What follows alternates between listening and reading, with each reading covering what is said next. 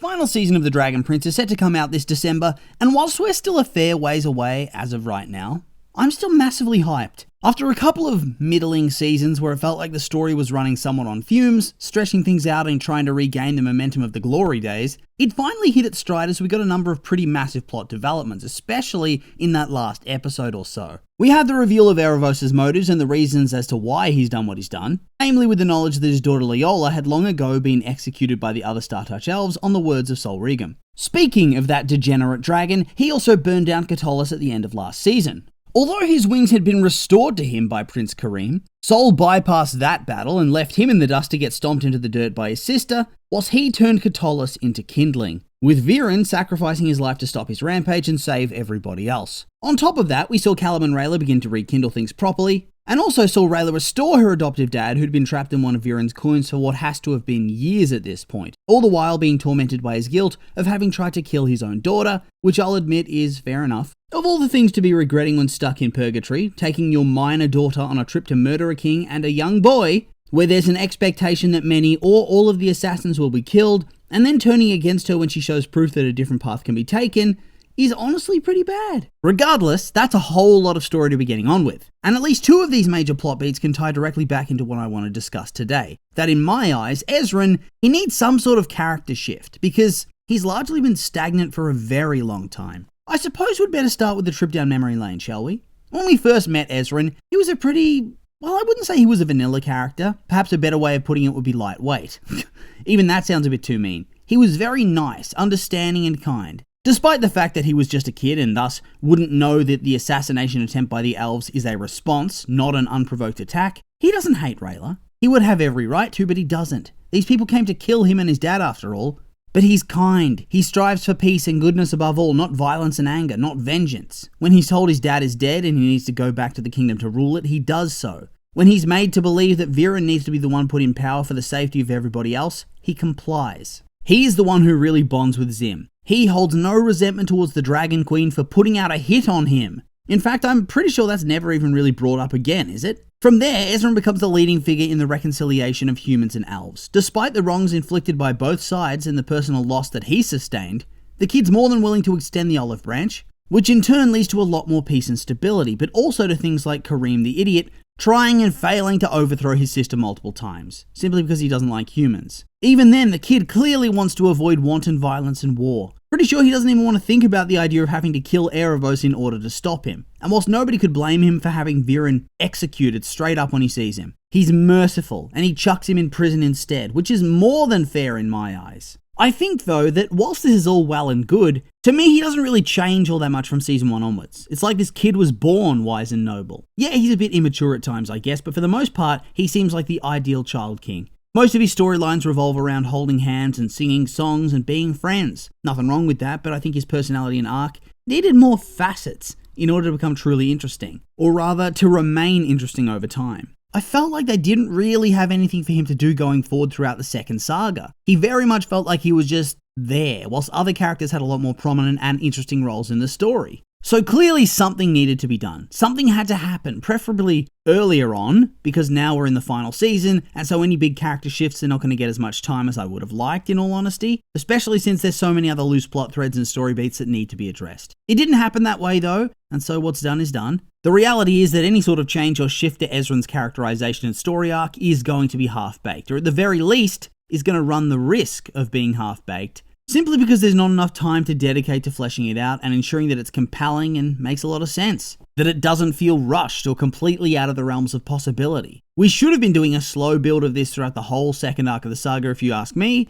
but it is what it is. Nonetheless, I think Half-Baked is better than Raw in this regard, as one shows that you have at least tried even if the result's not as good as you would have liked. On the other hand, maintaining the status quo would be majorly boring and show a lack of effort or care. One could even argue that there's simply no winning with this character now, but then again, I don't want to be a pessimist. I think they can still pull this off even with limited time. After all, they managed to make me like Viren by the end. Well, maybe not like him, but understand and sympathize with him more, even if he was the architect of his own destruction. So if they can do that and make me believe he's truly changed as a man and taken accountability for his mistakes, or if they can turn Erebos from a decently one-note, if charismatic villain, into one of the show's most sympathetic and interesting characters, just in the course of an episode, I think there's a good chance they can pull this off as well. Regardless of quality though, this all begs the question, how should Ezran's character evolve? When you have these sweet, wholesome characters, I feel like the most common plot twist that writers always go to is the character encountering some sort of horrifically traumatic situation that hardens their heart and makes them more aggressive, more angry, colder,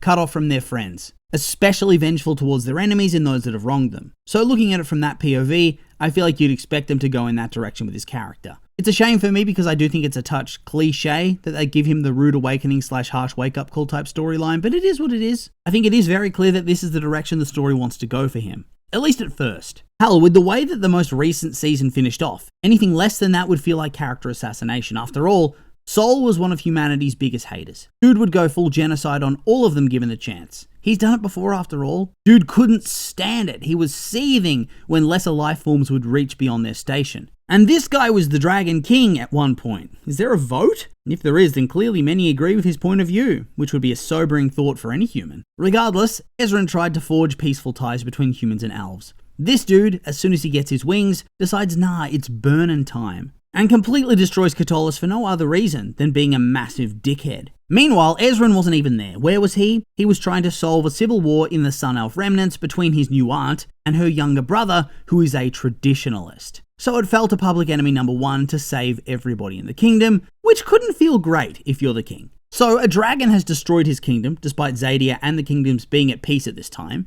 Previously, a different dragon killed his mum, whilst a bunch of elves attacked his kingdom, probably killed a bunch of guards that he knew since he was a child. And since Ezran's so nice, I bet you he was fond of many of them. After all, didn't he make the baker the minister for jellies? Plus, they killed his dad. Oh, and hey, guess what? That very elf that killed your dad, he's here right now! Rayla got him back, isn't that great? This is the stuff that mental breakdowns are made of, I'm telling you. So in the face of all that destruction and pain, surely that means he'll snap. I think that's the only direction you can take that makes sense. That in the short term, he has to lose his shit. I would side-eye any king that gets served up a shit sandwich like that and just smiles and waves like nothing's wrong without a care in the world. So clearly there needs to be some sort of narrative shift for the character. Now these might be some very mild spoilers, but I have seen some posts from folks that went to cons and stuff floating around on social media that have perhaps seen an episode early or something like that.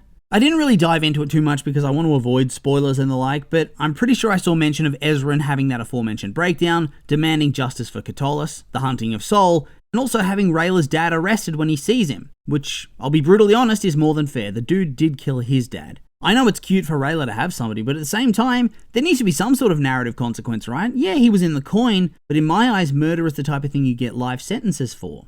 Just saying. So it does look like Ezran's going to be making some big moves, and ones that may alienate him from some of his key allies and friends like Rayla. It would feel forced if his actual advisors tell him to chill or try to argue against him, but I wouldn't be shocked if Rayla and Callum are a bit shocked. Hell, even Callum, I don't know. He might agree slightly. Ezran feels justified, fully. But regardless, this is the assertive mindset that we need from him in this final season. I don't think going all edgelord would be good writing. In fact, I think it would be terrible writing overall. So they need to strike that fine balance of having him be angry and lashing out and vengeful, without making him callous or cruel or unhinged, which would very much push him towards feeling out of character. Regardless though, he should be the driving force behind the early drama of the season, pushing them to hunt Sol, which may lead them to the realization that Erebos is now free. And now with this new mindset, maybe he'd be all aboard with killing him, just like Callum said, thinking it's the only way. Especially if he learns that it was him who led Sol to Catullus with the intention of destroying it. Plus, I think the idea of Ezran having to practice what he preaches about forgiveness, or at the very least, having to move on from his past hurt in regards to, what's-his-face? Rayla's dad. That would be a really interesting arc, especially when he's not technically wrong to feel all this hatred towards this guy. I just think that moral quandary would be really interesting to see. I really hope it's not some one episode aberration where he snaps and calms down by the end of the episode, apologizes, and everyone's like, oh, it's okay, and they just hash things out.